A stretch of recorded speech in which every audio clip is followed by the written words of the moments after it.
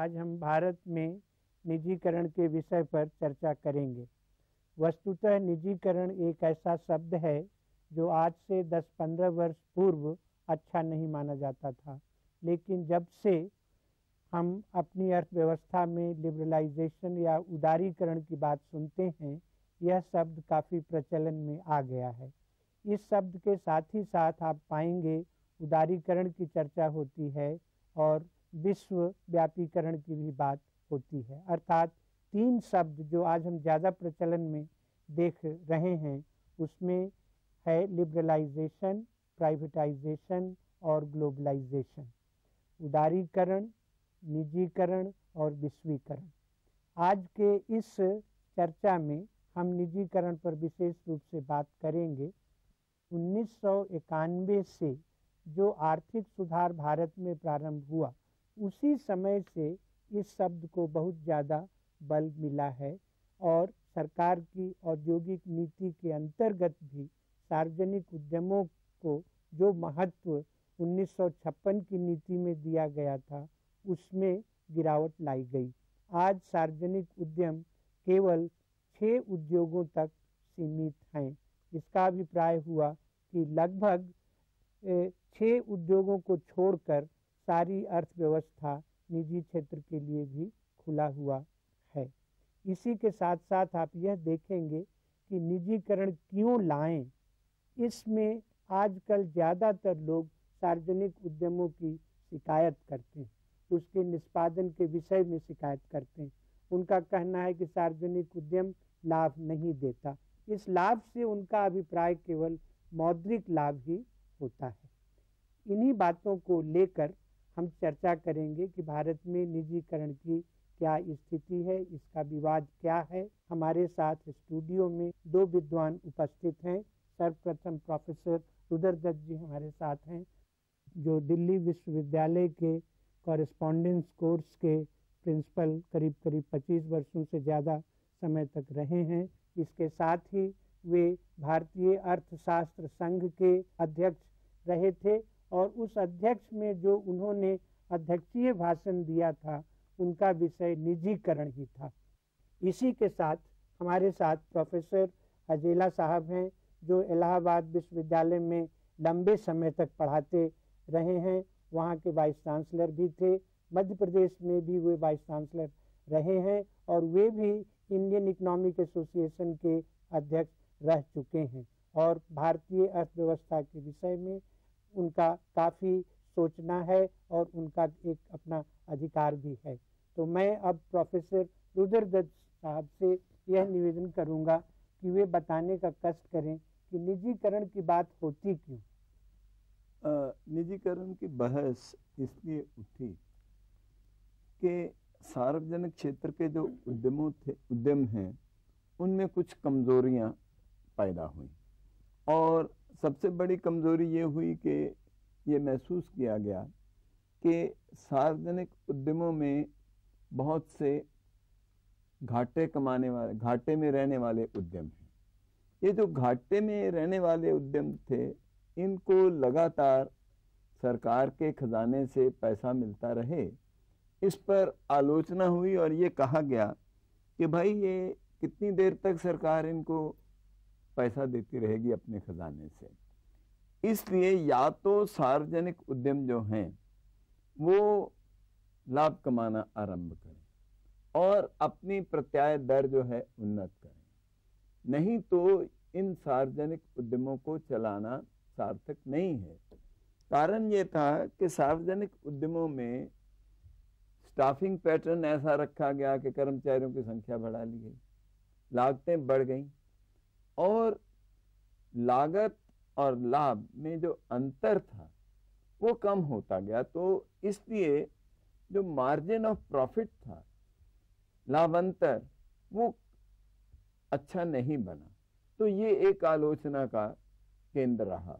ये ऐसा नहीं है कि सार्वजनिक उद्यमों में लाभ नहीं हुआ, और जो लाभ हुआ भी उसका भी बहुत बड़ा भाग केवल पेट्रोलियम के उद्यमों से हुआ। तो लोगों ने कहा कि बाकी क्षेत्र जो हैं उनमें सार्वजनिक उद्यमों का निष्पादन जो है वो सराहनीय नहीं है, इसलिए हो सके तो सार्वजनिक उद्यमों को निजी क्षेत्र को सौंप देना चाहिए। उदाहरण के लिए कि परिवहन में अगर निजी क्षेत्र के उद्यम चल रहे हैं तो वो प्रॉफिट में चल रहे हैं, और अगर सार्वजनिक उद्यम चल रहे हैं, स्टेट ट्रांसपोर्ट कॉरपोरेशन चल रही, तो उनमें अधिकतर घाटा क्यों हो? बिजली के उद्यम हैं तो उनमें घाटा क्यों हो? इसमें सारे का सारा दोष जो है वो चाहे सार्वजनिक उद्यमों पर नहीं दिया जा सकता, सरकारी नीतियों पर भी है। और हमें ये भी सोचना पड़ेगा कि सरकारी उद्यमों में हम मजदूरी और वेतन जो देते हैं वो निजी उद्यमों की तुलना में अधिक देते हैं। अगर मैं एक बात कहूँ, आप टिप्पणी भी करें तो अच्छा रहेगा। राजनीतिकरण भी सार्वजनिक उद्यमों का बहुत हुआ, और उस राजनीतिकरण से काम न करने की टेंडेंसी और घूसखोरी और ये चीज़ें भी बढ़ी, और इसकी वजह से मुनाफे कम। ये बात आपने ठीक कही कि उसमें वर्क एथिक्स जो है वो कमज़ोर रही, और वर्क एथिक्स से कमज़ोर रहने से, क्योंकि हमने कार्य में पूर्ण सुरक्षा दे दी, एक बार लग गया उसको कोई निकाल नहीं सकता, उस पर आप थोड़ा बहुत कह सकते हैं, तो काम करवाना सार्वजनिक उद्यमों में कठिन हो गया। उससे लागतें बढ़ती गई, तो लागतें बढ़ती गई और प्रत्याय दर कम रही, तो इसलिए ये जरूरी था कि एक झटका दिया जाए सार्वजनिक उद्यमों को कि या तो वो उन्नत हो, और नहीं उन्नत हो सकते तो हम इन क्षेत्रों को, निजी क्षेत्र को खोल दें। ये बात 1985 में राजीव गांधी जी के युग से शुरू हुई, और उन्होंने लेकिन बहुत आगे कदम नहीं बढ़ाया। 1991 की नीति में ये बात खुलकर देश के सामने आई, जो नई औद्योगिक नीति हमने बनाई, कि देखिए सार्वजनिक उद्यम चलेंगे और उनको मोनोपोली जो है उनको एकाधिकार की स्थिति में रखें, ये नहीं टॉलरेट होगा। इसलिए वो कंपटीशन में आए और वो भी जो है निजी क्षेत्र के उद्यमों को खोल दिया जाए। अगर एक तरफ खाद बनाने के कारखाने सार्वजनिक क्षेत्र में, साथ निजी क्षेत्र में भी हों, दोनों कंपीट कर रहे हैं। लेकिन जहाँ तक इंफ्रास्ट्रक्चर के संबंध है, जिसमें आपने खुद अभी कहा था कि सार्वजनिक क्षेत्र आगे आया है, तो वहाँ पर डुप्लीकेशन ज़्यादा हो नहीं सकता। जहाँ मोनोपोली की डेंजर्स ज़्यादा हैं, वहाँ पर इस वजह से भी ऐसे हैं कि ऐसे डेंजर्स हैं कि डुप्लीकेशन नहीं हो सकता। अगर कंपटीशन की बात हम करते हैं तो हो सकता है कि शायद उसका इतना अर्थ ना हो, कुछ क्षेत्रों में हो सकता है लेकिन ज़्यादा अर्थ ना हो। इसलिए ऐसी जगहों पर क्या आप नहीं सोचते कि सार्वजनिक क्षेत्र में ऑर्गेनाइजेशनल चेंजेस ऐसे करने चाहिए? ये आपने बिल्कुल सही फरमाया कि कई क्षेत्र ऐसे हैं जिनमें हमने निजी क्षेत्र खोलने के बाद भी ये अनुभव किया कि निजी क्षेत्र उसमें विनियोग नहीं कर रहा। जैसे ये बिजली का सवाल है, हमने खोला लेकिन निजी क्षेत्र से कुछ ज़्यादा इन्वेस्टमेंट नहीं हुआ, तो उससे देश को हानि हुई कि सार्वजनिक क्षेत्र में इन्वेस्टमेंट करना बंद कर दिया और निजी क्षेत्र ने किया नहीं, तो हमारा बिजली की मांग और बिजली की सप्लाई का जो अंतर था, जो गैप था, वो बढ़ गया। और इसलिए ये सवाल आज किया जा रहा है कि जिन क्षेत्रों में निजी क्षेत्र प्रवेश नहीं करना चाहता, उसमें सार्वजनिक क्षेत्र के दोष को कम किया जाए, जो दोष उनमें पाए जाते, जो कमजोरियां पाई जाती हैं। जहां पर कंपटीशन हो सकता है वहां पर सार्वजनिक क्षेत्र को एक अधिकार न देकर निजी क्षेत्र को लिए द्वार खोल दिए जाएं, ऐसा मैं समझता हूं नई औद्योगिक नीति का मत था।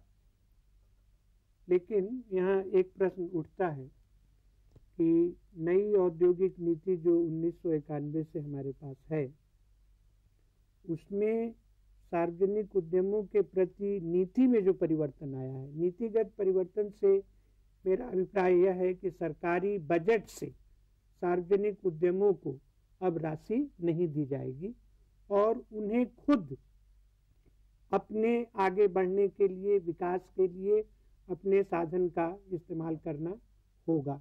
अर्थात सरकार के तरफ से कोई सपोर्ट, सरकार के बजट के तरफ से कोई सहायता उन्हें नहीं दी जाएगी और उन्हें केवल उनके ऊपर रहने को छोड़ दिया गया।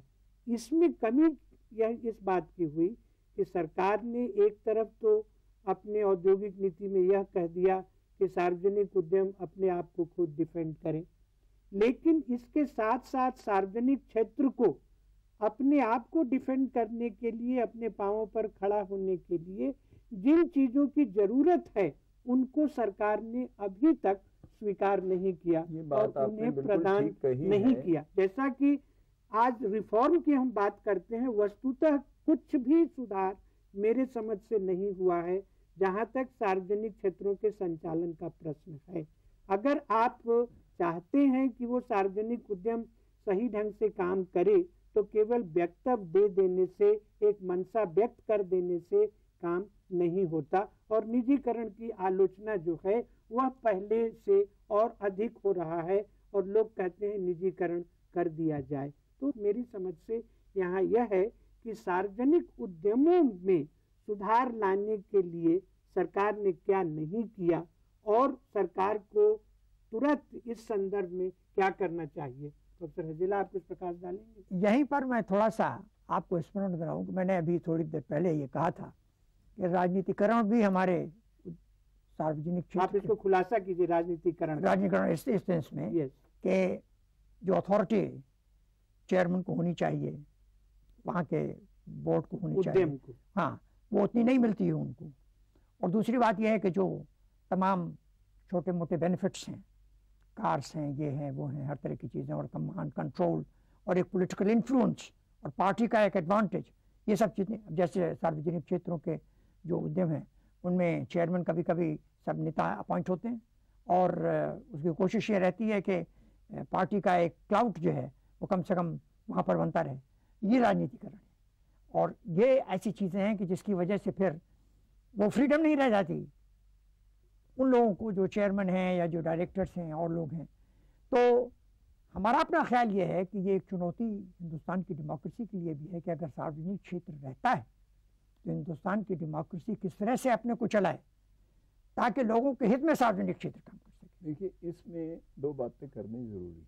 पहली बात तो ये है कि सार्वजनिक उद्यमों के जो बॉसेज हैं, मैनेजिंग डायरेक्टर्स हैं, जो अपॉइंट होते हैं, उनके चेयरमैन हैं, इनका जो अपॉइंटमेंट है ये पब्लिक सर्विस कमीशन के द्वारा होना चाहिए, ताकि इसमें से जो प्रोफेसर हजेला ने बात उठाई, राजनीतिकरण को अलग कर दिया जाए, उस पैटर्न से एक संस्था डेवलप हो, तब ये राजनीतिकरण कम हो सकता है।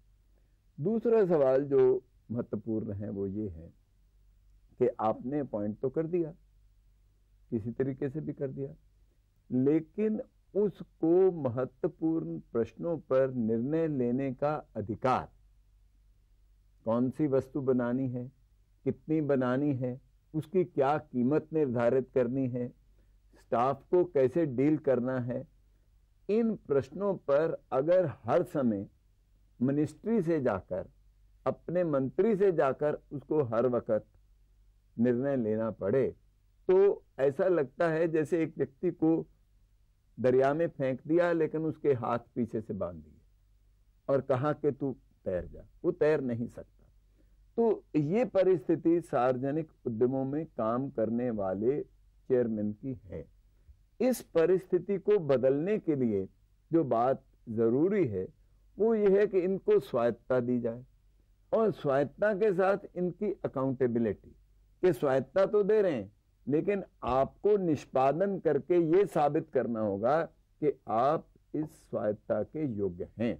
जब तक ये दो चीजें हम सार्वजनिक उद्यमों में नहीं कायम करेंगे, सार्वजनिक उद्यमों के अंदर वो जो बात हम निष्पादन की दृष्टि से पैदा करना चाहते हैं वो पैदा नहीं होगी, मेरा ऐसा मानना है। एक बात मैं अगर इजाजत हो तो कहूँ, ये चीज़ आमतौर से कही जा रही है कि जहाँ रिसोर्सेज की परेशानी होती है, कोई भी कठिनाई हो एजुकेशन में, हेल्थ में, कहीं पे भी, निजी क्षेत्र को दे दीजिए। मैं काफ़ी समय से इस बात को समझने की कोशिश कर रहा हूँ कि निजी क्षेत्र रिसोर्सेज कहाँ से लाता है। ये तो ठीक है कि थोड़ा वेस्ट कम हो जाएगा, ये हो जाएगा, लेकिन कुल मिलाकर के रिसोर्सेज तो एक नेशनल पूल ऑफ सेविंग से ही निकलते हैं। और मैं अर्थशास्त्रियों को देखता हूँ कि सेविंग्स की, क्षमा कीजिएगा, एक इंप्रेशन देते हैं कि जैसे सेविंग्स इंपॉर्टेंट नहीं है। कहाँ से आते हैं रिसोर्सेज? फाइनेंशियल सेक्टर से आते हैं। आप देख रहे हैं स्टॉक मार्केट की पोजीशन इस वक्त ये है कि पिछले 5 वर्षों में प्राइमरी सिक्योरिटीज का सब्सक्रिप्शन 95% घट गया, और इतना ज़्यादा घट जाना प्राइमरी सिक्योरिटीज के सब्सक्रिप्शन को, उससे स्टॉक मार्केट कैसे मजबूत होगा? Stock market pure secondary securities के स्पेकुलेशन हो गया, तो उससे तो स्पेकुलेशन नहीं बनता। तो और आप इस वक्त आप देखते हैं एक कॉम्प्लिकेशन और भी पैदा हो गया है रिसेशन की वजह से। पोजीशन ये है कि कैश प्रॉब्लम्स कितने ही प्राइवेट सेक्टर कंपनीज में पैदा हो रहे हैं, और कुल मिलाकर के इन्वेस्टमेंट भी कम हो रहा है। हालांकि सब ये कहते हैं कि साहब सेविंग्स की कमी नहीं है, इन्वेस्टमेंट की कमी का आप अंदाज लगा लें कि अगर 3 साल पहले हमारा 2,35,000 करोड़ मान लीजिए निजी इन्वेस्टमेंट था, अब कुल मिलाकर के 78,000 करोड़ ऐसा कुछ इन्वेस्टमेंट है। इतना शार्प रिडक्शन इन्वेस्टमेंट में बराबर होता चला जा रहा है। तो मैं ये जानना चाहता था कि अगर ये चीज़ें हो रही हैं तो इसका कारण क्या है? रिसोर्स कंस्ट्रेंट है या नहीं है? अब देखिए ये पोजीशन हो गई है कि कॉर्पोरेट्स अपने फाइनेंशियल रिस्पॉन्सिबिलिटीज को भी कैश प्रॉब्लम्स की वजह से मीट नहीं कर पा रहे हैं। अभी रिजर्व बैंक का स्टेटमेंट आया था जिसमें उन्होंने कहा था कि IDBI और ICICI इन लोगों के जो नॉन परफॉर्मिंग एसेट्स हैं, बैंक्स के नॉन परफॉर्मिंग एसेट्स 45,000 करोड़ पर। ये सब अब तो नहीं निजी क्षेत्र, अब तो सार्वजनिक क्षेत्र को उस तरह से मदद नहीं मिल रही है किसी तरह की, जो तमाम पहले बातें कही जाती। तो रिसोर्सेज का प्रॉब्लम है। मैं ये कहना चाहता था कि ये जो कहा जाता है कि निजीकरण से रिसोर्सेज का प्रॉब्लम हल हो जाएगा, वो प्रॉब्लम हल नहीं होगा। इस सिलसिले में ये भी याद रखने की ज़रूरत है कि अगर निजीकरण सिर्फ प्राइस मैकेनिज्म को इस्तेमाल करके रिसोर्सेज की प्रॉब्लम हल करता है तो अर्थशास्त्र के दृष्टिकोण से मैं इसको कोई मतलब नहीं समझता, क्योंकि प्राइसेस तो आप कभी भी किसी चीज़ की बढ़ा करके और इनइक्विटस डिस्ट्रीब्यूशन से प्राइस इम्पैक्ट के आप कुछ भी रिसोर्सेज रेज कर सकते हैं, लेकिन उसमें हमेशा कठिनाई आएगी और वो चल नहीं सकेगी। नहीं, वास्तव में जो बात कही जा रही है, रिसोर्सेज तो इकोनॉमी में उसकी शॉर्टेज तो रहेगी, दुर्लभता रहेगी, लेकिन जहाँ तक शिक्षा और स्वास्थ्य का संबंध है उसमें तो प्राइवेट सेक्टर कह भी नहीं रहा कि हम आएंगे, ज़्यादा नहीं लोग कहते तो है कि आ जाए, लेकिन जो क्षेत्र ज़्यादा महत्वपूर्ण हैं जिसमें वो आना चाहते हैं, इंश्योरेंस में आना चाहते हैं और चीज़ों में आना चाहते हैं, वस्तु उत्पादन में आना चाहते हैं, तो जिन खाद के उत्पादन में आना चाहते हैं, जिन क्षेत्रों में वो आना चाहते हैं और उनके पास रिसोर्सेज हैं या वो देशी विदेशी ब्लैक मनी से कहीं से लाना चाहते हैं, उसमें वो कहते हैं कि हमें इजाज़त दो, एक अधिकार को तोड़ो। उस हद तक वो बात बन जाएगी। लेकिन और ये सोचेंगे प्राइवेट सेक्टर के पास सब चीज़ों का समाधान है, ऐसी बात जैसा आपने फरमाया ये ठीक है, मोटे तौर पर समष्टभावी दृष्टिकोण लेते हुए ये जो एक बहुत आसानी से बात कही जाती है कि साहब रिसोर्सेज का प्रॉब्लम हल हो जाए अगर आप प्राइवेट पब्लिक सेक्टर से प्राइवेट सेक्टर, ये एक बहुत सरल किस्म का एनालिसिस बहुत नाइव है। मेरा ख्याल ये है कि बहुत नाइव है और इसमें बहुत दम नहीं। यहाँ मैं ये कहना चाहूँगा कि ये सही है कि साधन की कमी है और साधन की कमी बनी भी रहेगी। निजी क्षेत्र भी साधन उसी स्थान से लाएगा जहाँ से सार्वजनिक क्षेत्र लाएगा, और इसी संदर्भ में यह भी कहा जाता है कि हमें शायद साधन कुछ विदेशी या विदेशों से प्राप्त होगा, और कहा भी जाता है कि भारत में विदेशी विनियोग होगा और वो प्राइवेट सेक्टर के अंदर ही होगा और इससे निजीकरण को और भी बल मिलेगा। लेकिन हमें देखना यह है कि सरकार का तर्क कभी कभी यह दिया जाता है कि निजी क्षेत्र जो आएगा, चाहे वो विदेशी हो या देश के अंदर घरेलू पूंजी से हो, वो एक खास तबके का ख्याल रखेगा, एक खास वर्ग का ख्याल रखेगा, और सरकार का जो साधन आज निजी जो सार्वजनिक उद्यमों पर खर्च होता है वहाँ से हटाकर, खर्च से मेरा मतलब है सार्वजनिक उद्यमों के हानि जो सरकार बर्दाश्त कर रही है वो सरकार को बर्दाश्त नहीं करना होगा, और वही साधन शायद सरकार सोचती है कि वो सोशल सेक्टर या समाज के गरीब वर्ग के लोगों के ऊपर खर्च करेगी और सरकार का साधन थोड़ा बढ़ जाएगा। ऐसा तर्क कभी कभी सरकार के तरफ से दिया जाता है, इसलिए कि वो कहते हैं कि निजीकरण हो। और जैसा कि प्रोफेसर दत्त ने बताया और प्रोफेसर हजेला ने भी कहा कि निजी क्षेत्र को जहां विनियोग करना चाहिए, खासकर जैसे बिजली के क्षेत्र का उदाहरण दिया गया, वह आया नहीं। तो अब यह प्रश्न उठता है कि भारत जैसे देश में अगर देखा जाए तो निजीकरण को कोई ज़्यादा सपोर्ट नहीं है, और अगर सपोर्ट है तो वो एक निश्चित निजी वर्ग के तरफ से है। कुछ कॉरपोरेट क्षेत्र के लोग ही इसकी वकालत करते। अगर आम जनता से इसकी बात की जाए, शिक्षा जगत में विद्वानों की राय ली जाए और राजनेताओं की भी राय लिया जाए, तो ये समझा जाता है कि भारत में निजीकरण से जो लाभ की अपेक्षाएं की जाती है वह नहीं मिलेगा, और इसका मूल कारण हो जाता है हमारा अपना सामाजिक ढांचा, अर्थात जो जनसंख्या है, लोगों की जो आमदनी है। सिंह साहब, आपने ठीक कहा कि निजीकरण को हमने कॉर्पोरेटाइजेशन के समानार्थक बना दिया जी, निगमीकरण के समानार्थक बना दिया, और ये हम समझने लगे कि कॉर्पोरेट सेक्टर का विकास जो है वही निजीकरण है। कुछ हद तक ये सही हो सकता है, लेकिन कॉर्पोरेट सेक्टर जो है वो सामाजिक समस्याओं को हल करेगा ऐसा नहीं है।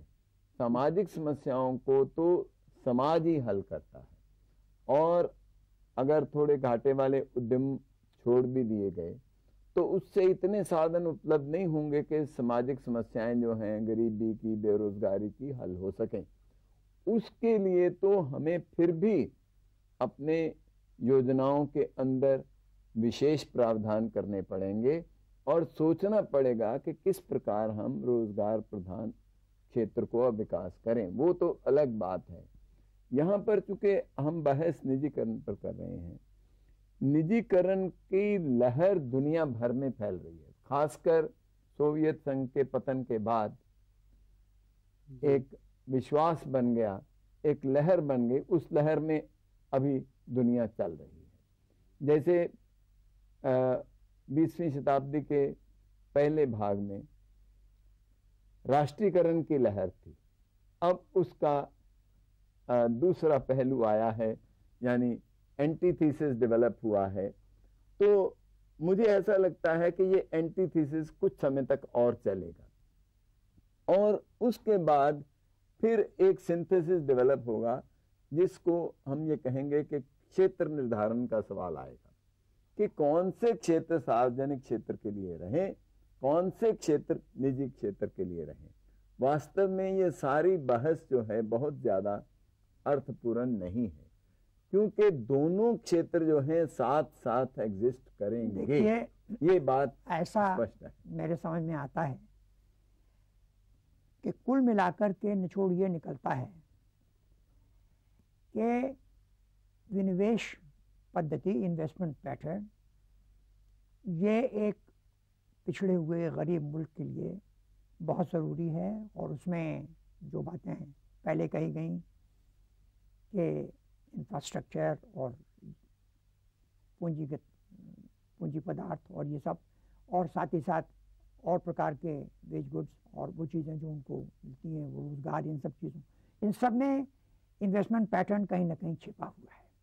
और ये क्लियर है कि लोग ऐसा इन्वेस्टमेंट पैटर्न चाहते हैं जो प्रो पीपल हो, प्रो पुअर हो, प्रो मासेस हो।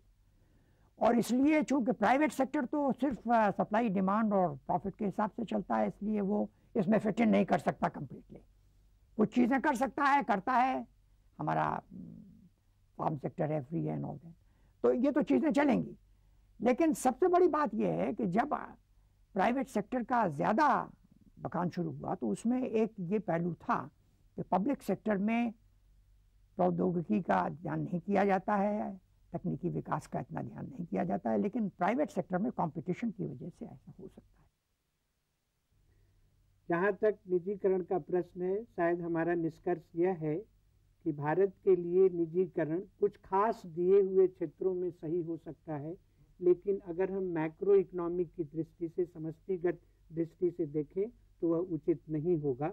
इस कारण कि हमारा सामाजिक परिवेश विदेशों जैसा नहीं है, आम लोगों की आमदनी बहुत कम है और इसके लिए सार्वजनिक उद्यम और सरकार की भूमिका अहम बनी रहेगी।